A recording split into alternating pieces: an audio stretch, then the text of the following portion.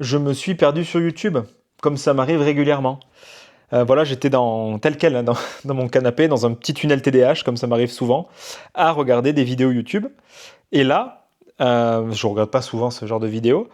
C'est un énergumène que je connais depuis longtemps, Thomas Durand, alias la tronche en biais, le roi des zététiciens.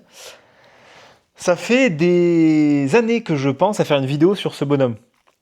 Mais ce qui me retient, l'élément principal qui me retient, c'est la peur des représailles. Pour te dire le niveau de, de, de, de méfiance que j'ai vis-à-vis de ce bonhomme et de sa communauté. Se réclamant de l'esprit scientifique, mais qui en fait ne perdent pas une occasion de descendre et de critiquer tous ceux qui sortent de leur cadre. Sauf que bah là j'avais envie parce que il a commencé à me gonfler en fait. Et c'est pas juste l'idée de faire une vidéo réac, plus de te proposer comment moi je regarde une vidéo YouTube quand c'est un bonhomme qui sort sur ses grands chevaux là parce qu'il va descendre une entrepreneuse qui s'appelle Emma Cruzy et à travers la façon dont il tourne sa vidéo, la façon dont il parle, ça traduit tellement sa vision du monde que je trouve ça intéressant. J'en ai parlé plusieurs fois avec des clients et des amis. Enfin, notamment pour toutes les personnes qui s'intéressent à comment notre psychisme fonctionne, l'énéagramme, la personnalité, et comment, quand on regarde une vidéo, on peut choper des indices, on peut choper des façons de penser de la personne qui parle. Parce qu'aujourd'hui, quand j'écoute quelqu'un parler, que ça soit un youtubeur, que ça soit un réalisateur de film, que ça soit un politique ou n'importe quelle personne que j'écoute parler, surtout si elle transmet quelque chose, une connaissance ou que c'est une interview, bref. Ce qui m'intéresse, c'est de savoir d'où elle parle.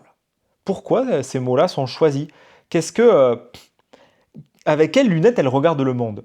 Alors, ensemble, on va regarder. Peut-être pas toute la vidéo, ça va sûrement me saouler avant. Cette vidéo dure 13 minutes. Elle n'est pas très longue, mais au bout de 2-3 minutes, ça commençait à me saouler déjà. Donc, sans plus tarder, je te propose qu'on démarre.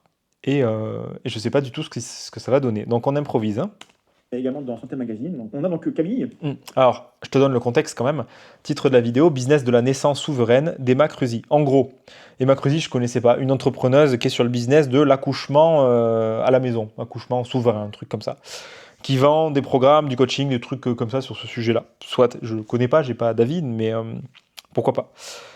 Et lui, il fait une analyse de ça suite à une news sur Santé Magazine avec une mère qui a perdu son enfant qui est décédé dans son ventre. Et ben lui, il fait une vidéo pour alerter sur le business des macros. Bon, bref, on va regarder ensemble. T'as le contexte. Let's go. Affaire est publié dans Marie-Claire, mais également dans Santé Magazine. Donc, on a donc Camille, qui a 36 ans, qui est psychologue, qui a une grossesse, qui arrive après un parcours compliqué, hein, avec PMA, endométriose, des années de médicalisation et une méfiance croissante envers l'hôpital. Quand on a une errance comme ça et pas de solution médicale, il ne faut pas juger, c'est compliqué. Et les gens ont l'esprit et l'oreille ouvertes à des propositions alternatives. Et en l'occurrence, pendant sa grossesse, elle a consulté des vidéos, des podcasts et des formations en ligne consacrées à la naissance souveraine, à l'accouchement naturel et au free birth. Cette pratique Là déjà, c'est très rigolo. Dans son non-verbal, juste dans la façon de parler, tu vois que ça lui parle pas du tout. Mais alors, il a des a priori très très forts déjà tout de suite. Je te le remets juste, c'est croustillant. vidéos, des podcasts et des formations en ligne consacrées à la naissance souveraine, à l'accouchement naturel et au free birth. Cette pratique Donc ça en dit déjà long pour quelqu'un qui se réclame de l'esprit scientifique et qui, a priori, n'a pas d'avis, ne fait que l'état des lieux de la science et se veut objectif. Sa subjectivité, en 3 mots, elle crève déjà le plafond, hein. Euh, Moi, ça m'a beaucoup... comprendre ça, comprendre qu'on ne peut pas parler en dehors de notre subjectivité, ça m'a vraiment mis une claque. Parce qu'avant, j'avais l'impression, tu as des gens qui donnent l'impression d'avoir un discours très mesuré, très scientifique, etc.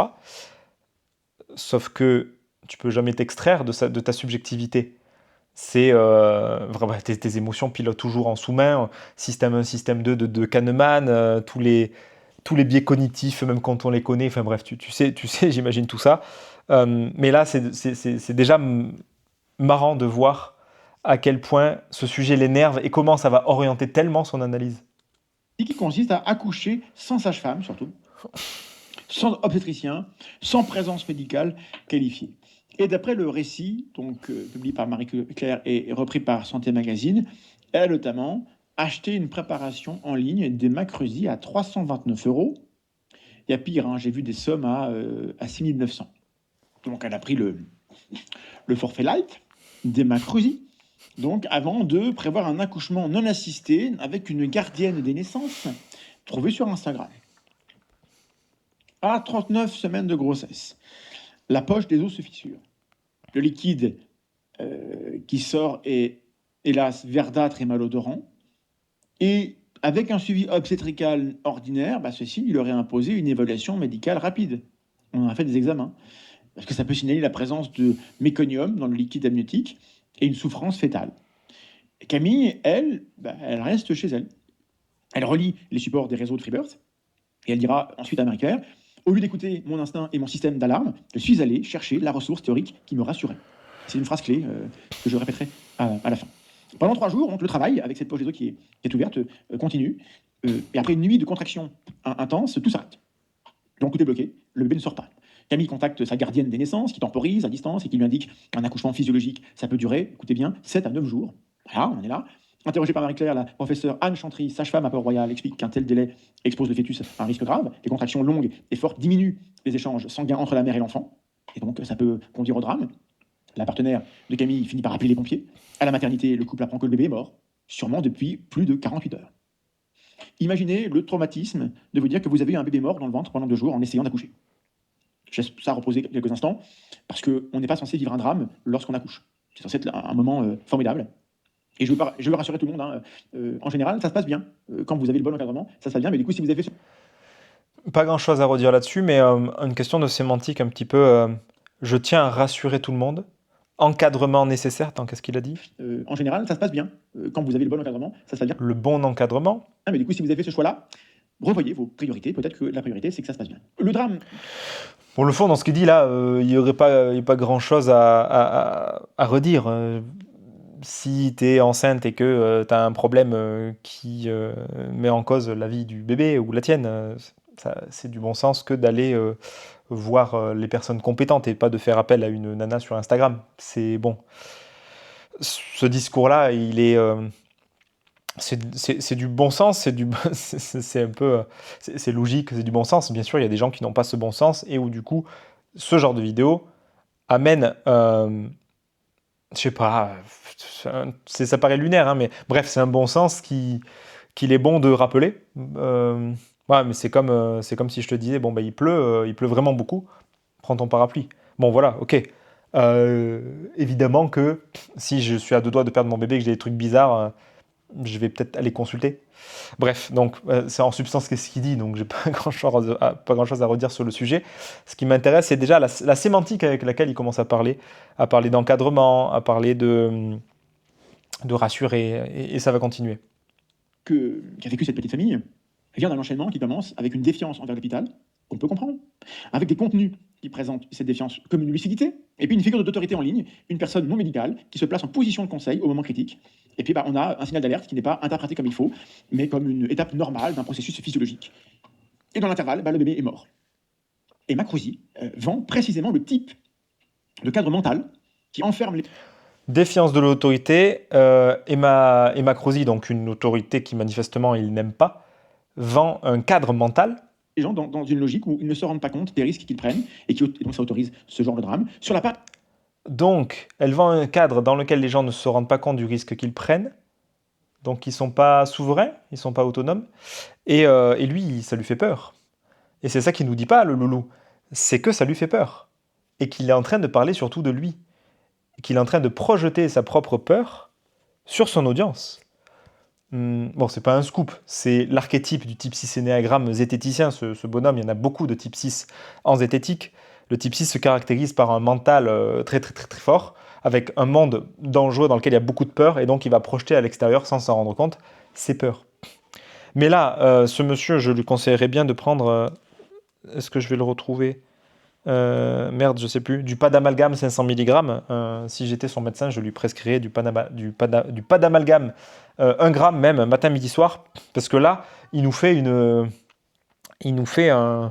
sorte de rattachement bizarre entre défiance envers l'autorité, défiance envers l'hôpital. Donc, en gros, si je veux accoucher à la maison, si je veux prendre ma grossesse, je prends la responsabilité de ma grossesse et pas être médicalisé, pas accoucher allongé, ce qui est complètement con d'ailleurs, ça m'a toujours paru stupide c'est comme le caca, enfin bref, on n'est pas supposé accoucher en position allongée, bref, vaste sujet. C'est l'ancien kiné qui te parle aussi. Mais l'amalgame qu'il nous fait là, c'est tu accouches à la maison, donc tu es anti-hôpital, tu es contre l'autorité médicale, donc tu te mets en danger et tu t'exposes à avoir ton bébé qui meurt à l'intérieur de toi. C'est un peu le raccourci qu'il nous fait là. C'est un peu rapide comme raccourci. On va voir ce qu'il développe juste après. Page commerciale de son mastermind, et donc ça autorise ce genre de drame, sur la page commerciale de son mastermind de la naissance, trademark, petit n, on voit que c'est une marque déposée, ça rigole pas. Elle affirme que la naissance n'est pas un acte médical. C'est un acte de souveraineté. Son texte oppose les protocoles médicaux associés à la pathologie à une promesse de récupération du corps, de l'intuition, du couple et de la lignée. Le programme revendique une formation non médicale à l'accouchement naturel, mais la page promet aussi une communauté active dans 16 pays, 2 lives par semaine, du coaching 24/7, en 23 langues, 7 modules, des centaines de membres, un travail sur la décision, la posture, les options, les risques et les alternatives, plein de photos faites par IA. C'est formidable, regardez comme elle est triste, elle a fait le mauvais choix, elle est chez les médecins, regardez comme elle est heureuse, elle est à la maison toute seule, c'est le bon choix, un cadre clair, c'est formidable et ça peut coûter jusqu'à 6 900 balles. Le discours. Petite pause. J'espère que tu as bien entendu parce que je l'ai mis un peu en rapide parce qu'il a tendance à me fatiguer. Tu vois l'opposition entre deux modèles du monde. En tout cas, lui, moi, je n'ai pas vu l'intérieur du programme. Je ne connais pas cette nana, encore une fois. Je ne sais pas s'il saurait dire ce programme. Il faudrait se baser déjà sur ce que disent les personnes qui sont dedans, à savoir pas lui. Lui, il parle de l'extérieur avec sa vision du monde qui est très anti-coach, anti-entrepreneur. Il est très très critique sur les gens qui développent un business. Tu vois, il affiche, tu vois, 6 900 euros. Ça a du mal à passer pour lui, hein, les offres haut de gamme. Et j'ai envie de dire, ça serait intéressant à creuser. Pourquoi, Thomas, ça te dérange autant quand des gens peuvent investir sur eux 6 900 balles? Bon, je l'ai fait, tu vois, peut-être toi tu l'as fait aussi. Quand tu investis beaucoup sur toi, peut-être ça serait intéressant qu'il aille questionner des gens qui ont investi 6 900 balles, qu'il interroge des gens qui ont l'impression d'avoir gaspillé cet argent et qu'il interroge des gens qui ont changé leur vie ou qui en tout cas ont eu énormément de bénéfices à le faire. Parce qu'il trouverait les deux en fait. Mais lui, il a sa vision du monde où manifestement ça lui plaît pas trop que ça existe ce genre de programme, surtout par une nana qui n'est pas un médecin. Bon. Mais moi je sais pas, la promesse de la nana, peut-être qu'elle ne... Comment dire? Si elle se positionne pas en tant que médecin, si elle se positionne en tant que femme qui a expérimenté, et qu'elle ne survend pas un truc, j'en sais rien. Tu vois, pourquoi tu critiques en fait une meuf qui crée quelque chose, qui crée une alternative, pas une opposition, une alternative au cadre dominant? S'il y a des femmes que ça ne leur convient pas, des protocoles où elles sont violentées, où elles sont infrahumanisées par des médecins qui n'ont pas le temps, machin, ce qui est pas très dur à constater. Si ça leur convient pas et qu'il y a des alternatives, why not? Mais lui, il oppose les deux. Si tu ne fais pas ça et que tu veux accoucher, j'en sais rien, avec selon une autre façon que le système en place, alors ça veut dire que tu vas accoucher sans médecin, sans sage-femme, dans la forêt, dans la terre, sans aucune hygiène, avec des grands dangers. Et en fait, c'est ça.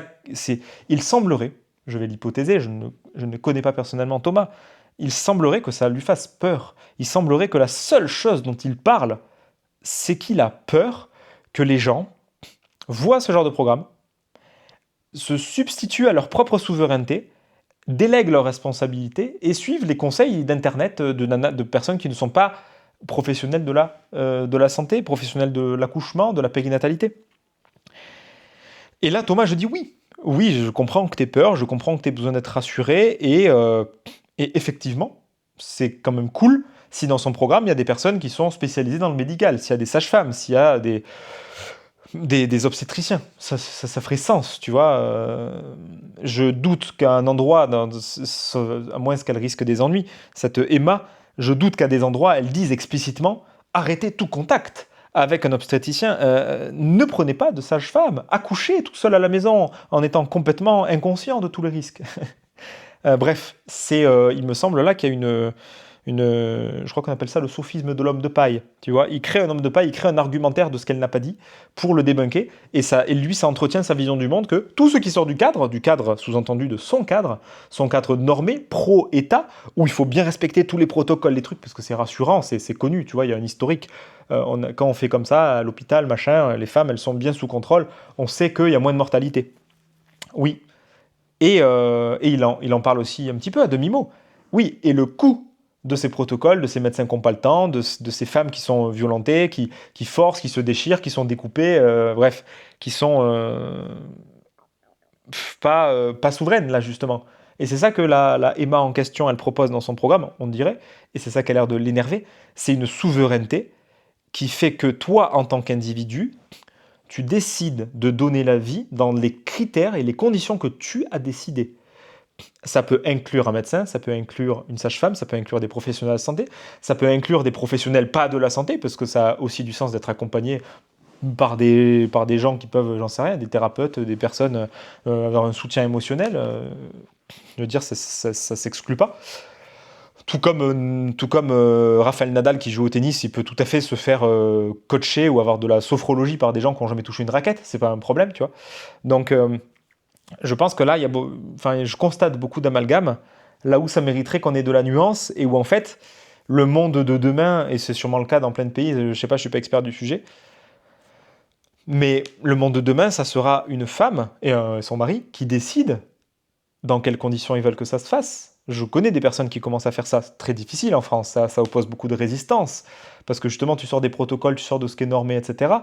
Mais ça peut être fait avec intelligence. C'est comme si lui, il disait que dès que ça se fait en dehors de la norme, c'est parce que t'es débile et parce que tu crois que la Terre est plate et que t'es anti-vaccin et que t'es et que t'es pro théorie de la Terre creuse. Tu vois, ça va sur ce niveau-là d'amalgame où, où ces lobes frontaux sont complètement absents du discours, quoi. Bref, on continue. Des Macrosi, donc il avance par glissements successifs. Il parle de droits des patientes, ce qui est un sujet réel. Il évoque les violences obstétricales, ce qui est un sujet qui est documenté. Il dénonce la standardisation des maternités, critique recevable lorsqu'elle vise les sous-effectifs, la brutalité de certains gestes ou les défauts d'information. Puis il transforme cela en soupçon généralisé et paranoïaque. Sur la page de programme, Paranoïaque? Bah non, ça c'est ton langage, Thomas, et t'es en train de plus en plus de te dévoiler malgré toi, puisque comme j'ai dit, je peux pas parler en dehors de moi. Donc là, quand il parle de lui de paranoïaque, il a parlé de je veux vous rassurer, il a parlé d'un cadre. Tu vois la structure du 6 là? Bah, si t'as pas revu, retourne voir la vidéo sur le 6, parce que ça commence à faire beaucoup d'indices, et ça fait que 5 minutes 46 qu'il parle, hein. Allez, on continue. l'hôpital apparaît comme un lieu de dépression. Vous voyez, elle est tellement triste à l'hôpital, c'est tellement triste tout ça. D'obéissance, de perte de pouvoir. La patiente qui accepte un protocole devient une femme qui cède. La femme qui résiste devient une femme souveraine. Et bien cette rhétorique, allez, Moi, je sais pas, j'ai pas vu la page de vente de la nana, mais lui, dans son langage, tu vois cette séparation toujours entre deux? L'hôpital, perte de souveraineté, le monde victimaire, machin, où tu subis, et, euh, et le monde où, du coup, t'es souveraine, t'es contre l'hôpital, etc. Moi, je sais pas si elle est aussi marquée que ça. Avec un langage marketing, ça peut avoir cet effet-là. Ça fonctionne bien comme ça, effectivement. Tu expliques le modèle du monde classique, etc. Et, et du coup, tu proposes une nouvelle solution. Donc, c'est du marketing, donc ça peut être une manière simpliste de vendre, de montrer, comment dire, de présenter le monde. Mais ça a l'air aussi d'être sa conception à lui du monde, sauf que lui, il fait pas du marketing, il fait de l'esprit critique. Sauf qu'il nous vend un monde entre noir et blanc, quoi. Thomas, elle est où ta nuance là? une efficacité redoutable parce qu'elle s'appuie sur une part de vérité. Des femmes ont été maltraitées en maternité. des consentements. Oui, le sont tous les jours. J'ai entendu un certain nombre de personnes autour de moi qui ont accouché et qui ont vécu dans l'hôpital des expériences pas jojo, hein, des trucs chauds. Ça a même fait des traumas chez des personnes dans mes amis. Donc ouais, c'est pas fou, effectivement. Est-ce qu'il faut rejeter l'hôpital? Est-ce qu'il faut tout brûler? Mais non, ça n'a pas de sens. C'est pas le discours. Je pense pas que ce soit le propos de cette meuf qui vend son accompagnement. Juste que tu peux faire tu peux aller au-delà. Euh, Avant, il y avait beaucoup de morts en couche. Il y avait C'était quand tu fais de la généalogie, que tu regardes un petit peu dans le passé, ouais, tu vois que c'est une catastrophe, que tu en avais, je sais pas, un sur 10 ou un sur 2 à une époque qui peut-être mourait en couche et la mère avec. Donc l'hôpital a énormément favorisé ça, mais du coup, ça a fait des protocoles, ça a fait des trucs à la chaîne où la femme qui accouche et son mari, son compagnon, ne sont pas, ouais, je suis à l'ancienne un peu, hein, ne sont pas traités comme des humains avec des émotions, etc. Il faut que ça soit efficace, il faut que ce soit rapide, et ça peut se comprendre. Faute de moyens, machin, il y a tout un système bordé, tout un système complexe. Mais qu'il y a des personnes, des entrepreneurs, des collectifs de médecins, de sages-femmes qui se motivent, qui créent des alternatives pour faire autre chose, pour créer quelque chose de plus intégral, quelque chose de plus respectueux. Mais alléluia. Mais moi, je suis 100%. Pourquoi, Thomas, voudrais-tu résister contre ça? Pourquoi voudrais-tu t'opposer et penser que c'est dangereux? Ce n'est pas parce qu'on fait différemment qu'on ne peut pas prendre ce qui a fonctionné dans ce qui a permis de réduire la mortalité pour le reproduire, mais en incluant d'autres choses. En termes de spirale dynamique, là, on parlerait d'un truc très bleu avec Thomas, avec une vision, il y a une façon de faire, c'est comme ça, c'est l'hôpital, c'est les procédures et machin, et ça fonctionne. Au moins, il n'y a, y a pas de mort. Lui, ça a l'air de le rassurer d'avoir ce type de cadre. Elle, qui propose un cadre orange, en mode, elle veut un programme, elle veut un truc cher, un coaching, etc., tout un écosystème pour faire différemment. Mais on pourrait aussi aller au-delà avec un cadre vert où, ok, on peut inclure ce qui fonctionne à l'hôpital, on peut inclure les protocoles, on peut inclure penser la souveraineté, ça apparaît à partir d'Orange où justement tu prends ta responsabilité et quand tu vois les médecins, si tu vois des médecins ou des obstétriciens ou des praticiens de santé qui ne t'inspirent pas, en fait t'en changes. Il y a une confrontation qui a lieu et c'est pas une soumission à l'autorité qui est un biais hyper connu et qui malheureusement est hyper fréquent et qui peut nous rappeler à nous, euh, même quand on peut être quelqu'un de très intelligent, très cultivé, très souverain sur d'autres plans, bah face à un avocat, face à un médecin, face à quelqu'un qui a un pédigré, qui a une blouse, bah, il y a cet effet-là d'autorité où tu peux te soumettre. Mais du coup, pour le coup, moi je rejoins cette Emma, la grossesse est un acte souverain, le bébé n'appartient à personne d'autre que, il appartient même pas aux parents d'ailleurs, il appartient à personne, et surtout pas à l'État, et surtout pas à des médecins, que l'on consulte des médecins, que l'on consulte un hôpital, que l'on consulte des experts pour réduire les risques que de mourir, ça fait juste extrêmement sens, mais on ne se délègue pas de sa souveraineté comme ça. La souveraineté, on peut pas enfin, on peut la déléguer, mais il y a un prix à payer. Et, euh, et plus on travaille sur soi, plus on fait ce que je propose sur Épanescence, plus on revient à soi, on prend conscience de notre fonctionnement, de ce qui est OK pour nous, pas OK pour nous, puis on revient à nous. Plus dans une souveraineté, on n'est plus OK de juste aller voir le premier médecin venu et de dire ah oui c'est bon c'est vous qui accoucherez. Enfin, si je sens que le médecin, que le chirurgien, que la personne avec qui je vais avoir affaire dans le médical, elle m'écoute pas, elle dénie ce que je lui dis, elle est pleine de ses a priori etc. Ben j'en change en fait et je lui dis explicitement. Voilà, ça demande des bols, ça demande des ovaires, ça demande une rectitude, ça demande de s'assumer, mais ça se fait. C'est pas simple. C'est simple mais pas facile. C'est le travail de la souveraineté. Et ça, qu'elle propose ça dans son programme, moi je ne peux que saluer et soutenir cette approche. Après, je sais pas ce qu'il y a derrière, mais en tout cas, sur l'aspect marketing de la naissance souveraine, ben oui, 100%, évidemment. Ont été bâclés. Des actes ont été imposés ou mal expliqués. Mais un discours charlatanesque se reconnaît souvent à sa manière d'utiliser une blessure réelle pour vendre une réponse totale.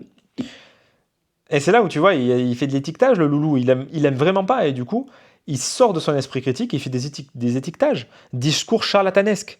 Mais comment tu peux dire ça? Tu connais pas la nana, t'es pas allé discuter avec elle, t'es pas allé voir son programme, tu n'as pas discuté avec des personnes qui ont acheté son programme, t'es juste en train de parler tes a priori. Et juste parce qu'il y a quelqu'un qui pense différemment de ton cadre, tu parles de charlatan. Mais t'es qui en fait? Mais c'est toi qui t'es autoproclamé chef zététique et écrit, je ne sais même pas si t'as écrit des bouquins qui a une chaîne YouTube, et tu vas dire aux gens, tu vas les juger, un tel il est légitime, un tel il n'est pas légitime. Selon quels critères? Selon le diplôme? Selon quoi en fait? Selon ton propre avis? Donc c'est là où c'est ça un truc qui m'énerve moi personnellement. C'est c'est un des trucs qui m'énerve le plus d'ailleurs. C'est de se cacher derrière une forme d'objectivité alors qu'on n'assume pas sa subjectivité. C'est là la passion du 6 dans toute sa splendeur. La lâcheté. Il n'assume pas son point de vue, il se cache derrière de l'esprit critique, il se cache derrière de la logique. Et je sens que ça m'énerve. Et je suis content de faire cette vidéo parce qu'avant, je ne me serais pas permis de la sortir. Il se cache derrière ça pour pas assumer qu'il a peur et qu'il n'est pas OK.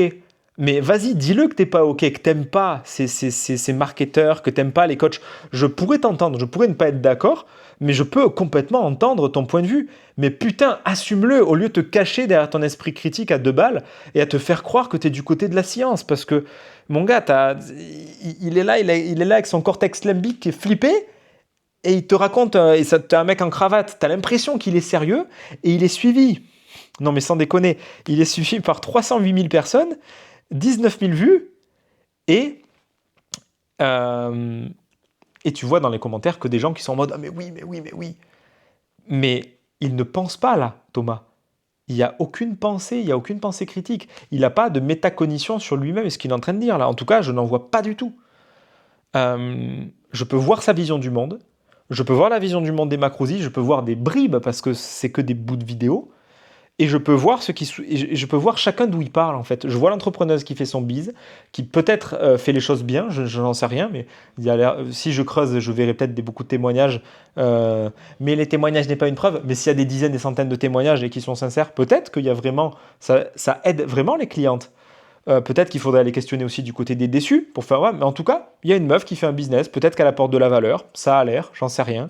Et je vois lui qui est empreint de ses certitudes, qui critique, qui a peur et qui alerte. Et ça a du sens aussi parce que ça peut éclairer des personnes qui font n'importe quoi et qui se diraient oui, je vais accoucher dans la forêt sans rien ni personne, avec effectivement des risques. Mais pourquoi en 2026 tu garderais une vision du monde aussi binaire avec 2 façons de penser alors que tu pourrais prendre du recul, intégrer la vision du monde de l'un, la vision du monde de l'autre, celle que je te propose aussi, où on prend du recul, on réfléchit, on contextualise, on regarde qui parle de quoi, et en fait, on est beaucoup plus au clair pour réfléchir. Et ainsi, si je me pose la question de moi je veux avoir un enfant, ok, pour moi, ce n'est pas possible. Je n'ai pas prévu d'opération pour. Je sais pas si. Je crois que ça va bientôt se faire, ça, pour les hommes, hein, au cas où. Ça sera peut-être même remboursé par la Sécu. Hein, je pose ça là.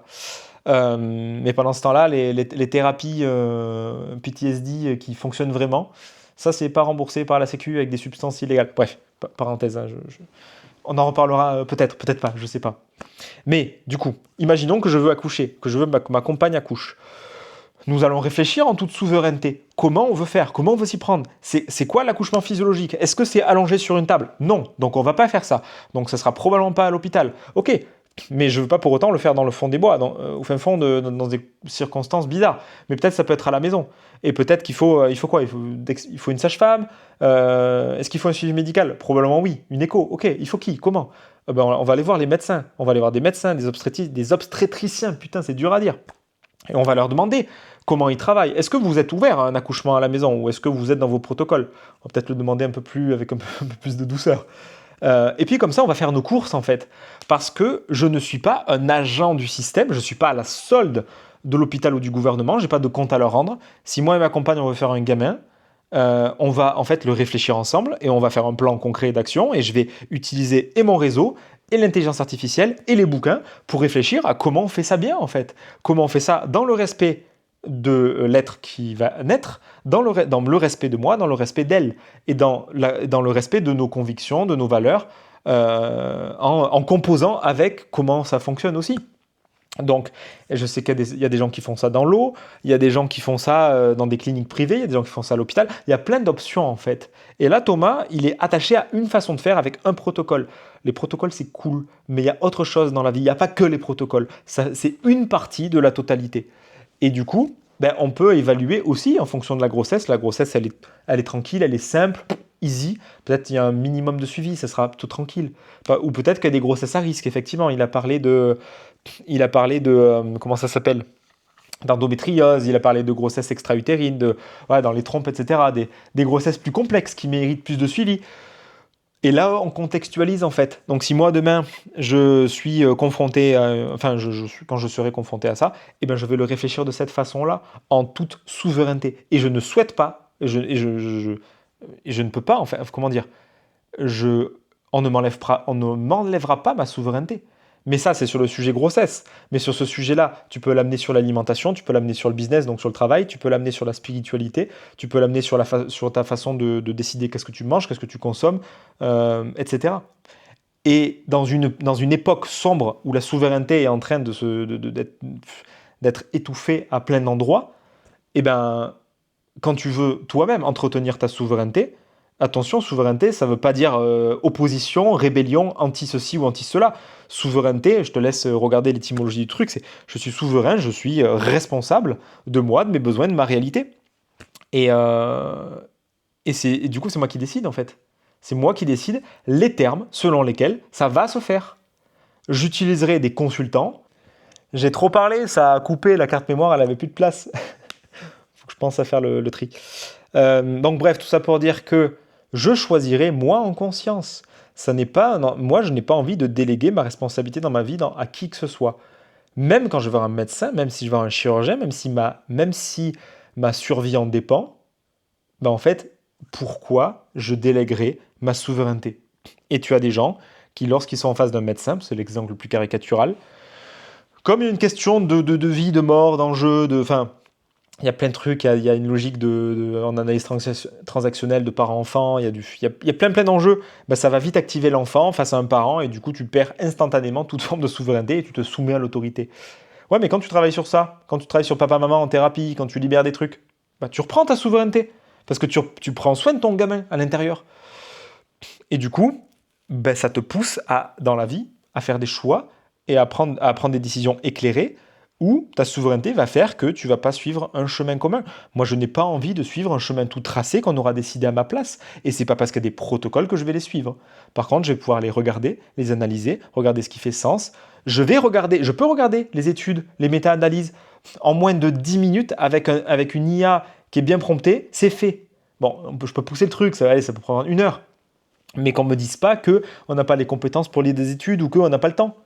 Avec une IA qui est bien promptée et des amis qui connaissent le sujet et les bons bouquins, d'auteurs qui réfléchissent sur ces sujets, on peut se construire un point de vue assez systémique, assez global, sur n'importe quel sujet. Ben, ça fait partie, Thomas, je lui parle comme s'il allait me regarder probablement jamais, mais ça fait partie de la décision, ça fait partie des informations que je vais utiliser pour mes décisions. Mais pas que ça. Il y a mes valeurs, il y a ce que j'ai envie, il y a ce qui est important pour moi, pour ma compagne pareil, comment on conçoit le truc, et puis en fonction du contexte, de tout plein de paramètres, de l'argent, du temps qu'on va allouer, etc., on décidera. Mais ça va être pareil pour l'école, pour l'éducation, pour tous les sujets touchy, pour tous les sujets sensibles. Parce que quand t'as un gamin, il y en a des sujets touchy. Hein. Éducation, vaccin, alimentation, allaitement, et tout ce que tu peux imaginer. Et là, c'est très facile de se soumettre à l'autorité et à la voie unique dessinée par bleu, par l'État. Et donc forcément, quand tu commences à être souverain, pour les gens comme lui, tu dévies de la norme. Donc tu lui fais peur. Parce que lui, il se dit, oulala, danger, il y a des gens qui dévient de la norme. Parce que c'est son système, c'est son ego de type 6 parle à cet endroit-là, où il a besoin d'un cadre, il a besoin que ça soit délimité, il a besoin d'être rassuré, il a besoin qu'on fasse comme lui, il pense que ça doit être fait, selon des critères qui lui sont subjectifs. Dans ces critères subjectifs, lui, il se base sur les études scientifiques, la méthode scientifique, etc. Mais il se raconte que c'est objectif. Voilà. C'est un peu pêle-mêle, c'est un peu brouillon, c'est un peu tout ce qui se passe dans ma tête quand je regarde un contenu. Ça va très bien pour moi, t'inquiète. C'est pas si énergivore que ça, c'est assez fun en vérité. Et surtout, ben moi j'aime bien parce que ça me détend le slip en fait. Il m'énerve, il me saoule parce que les mecs comme ça, ils peuvent partir en tellement de la délation, faire du mal à des gens, partir en justice, etc., se sentir investir d'une mission, etc. et sans jamais assumer ses intentions profondes, en se cachant derrière de l'esprit critique, en se cachant de je défends les gens. Il y a de ça, mais il y a tout ce qu'il ne dit pas publiquement, toute la peur qu'il a, toutes les émotions qu'il refoule, tout ce qu'il n'affiche pas et qui pourtant sont le socle à partir duquel il parle. Et ça, moi j'ai du mal avec ça. Donc c'est pour ça aussi que je joue de plus en plus la carte de la transparence sur cette chaîne, et c'est pas prêt de changer. Donc si tu as apprécié et si tu as envie d'entreprendre toi-même ce chemin pour toi, l'énéagramme t'aura un lien avec Bas les masques, c'est un programme court pour apprendre à trouver ton type, à voir comment tu fonctionnes, parce que tu vois, quand tu es comme lui et que tu ne sais pas ton fonctionnement, tu es un peu une marionnette qui est en pilote auto, quoi. Il a pas l'air d'être conscient de ses mécanismes à lui. Je lui souhaite qu'un jour il s'en rende compte. Je vais pas prédire, je suis pas Madame Irma, ça n'a pas l'air parti pour. Surtout quand il y a de l'engagement et cohérence autour d'un système qui le valide, où il commence à être dans une position d'autorité, il est adoubé, validé par plein de padawans.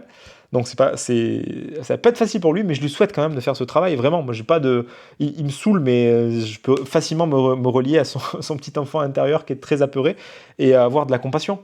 Mais ses méthodes, sa façon de communiquer, sa façon d'exprimer, ça me gêne, ça me va pas pour toutes les raisons que je t'ai évoquées. Et voilà ce que je peux te partager. Si t'as apprécié, tu peux mettre un pouce pour soutenir la chaîne. Tu peux me dire en commentaire, est-ce que ce type de format, ça t'est utile? Est-ce que tu vois que tu peux t'approprier ce genre de choses? Est-ce que ça te fait réfléchir différemment? Voilà, là c'était un peu vraiment transdisciplinaire. Je parle d'une vidéo que je regardais en mode divertissement, que j'allais probablement pas aller regarder au bout, parce qu'au bout de 5 minutes, ça me fatigue ce genre de bonhomme. Mais voilà, ça a permis de parler de plein de sujets en gravité autour, spirale dynamique, énéagramme, ça fait pas mal d'interactions de modèles. Si tu connais pas trop ma chaîne, c'est possible que tu sois perdu. Je t'inviterai auquel cas de regarder un peu les bases déjà de l'énéagramme de la spirale, parce que après tu peux vraiment commencer à t'amuser sans être attaché outre mesure au modèle, hein. On aurait pu parler de sa structure sans parler d'énéagramme, en voyant déjà la peur, la rigidité, l'attachement au cadre, etc. Mais le fait de nommer l'énéagramme, ça va quand même ajouter une couche de profondeur par rapport à ça, quoi. C'est tout pour cette vidéo. À bientôt pour la prochaine. Salut!